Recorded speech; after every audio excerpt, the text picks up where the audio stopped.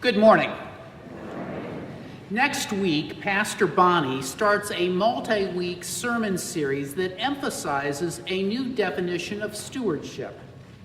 Stewardship is everything that we do after we say, I believe.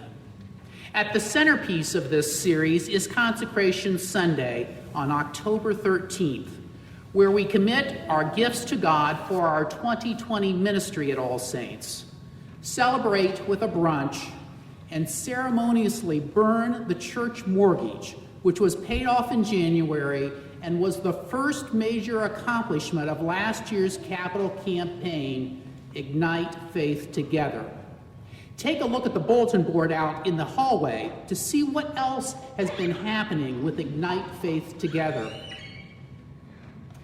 Stewardship is when we offer with joy and thanksgiving what God has first given us, ourselves, our time, and our possessions, signs of His gracious love.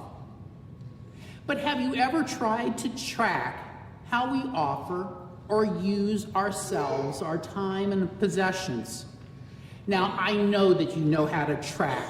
Your Fitbit buzzes every 15 minutes for more steps. Your smartphone knows exactly where you are. If Carolyn wanted to, she has the ability to track my whereabouts, which I naturally stay in line. I stopped tracking calories when I found out that I had to count the calories from licking out the mixing bowl or eating the crust from Rachel's piece of pie. I was sure they had no calories. But what about how I spend my time and how Carolyn and I spend our money? In Luke 12:34, Jesus tells us, "Where your treasure is, there your heart will also be." In other words, when we track how we use our treasures, ourselves, our time, and our possession, it tells us a lot about what we value and who we are.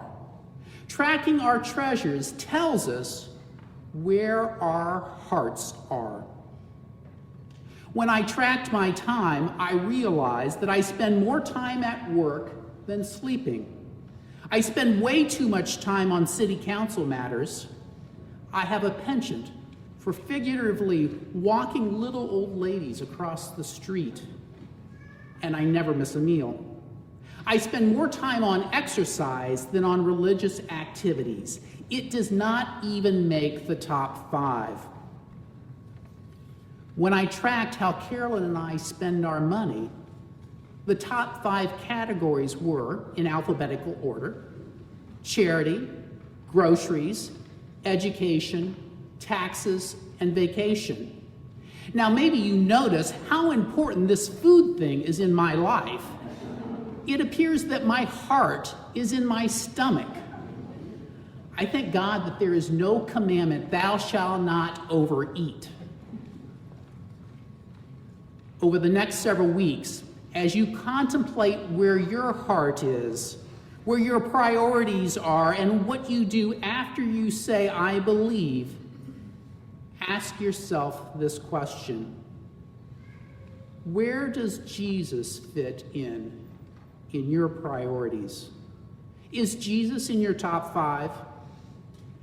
Hank Langnack, a former professor at Trinity Seminary, once said, Jesus does not want to be part of your life. He wants you to be part of his.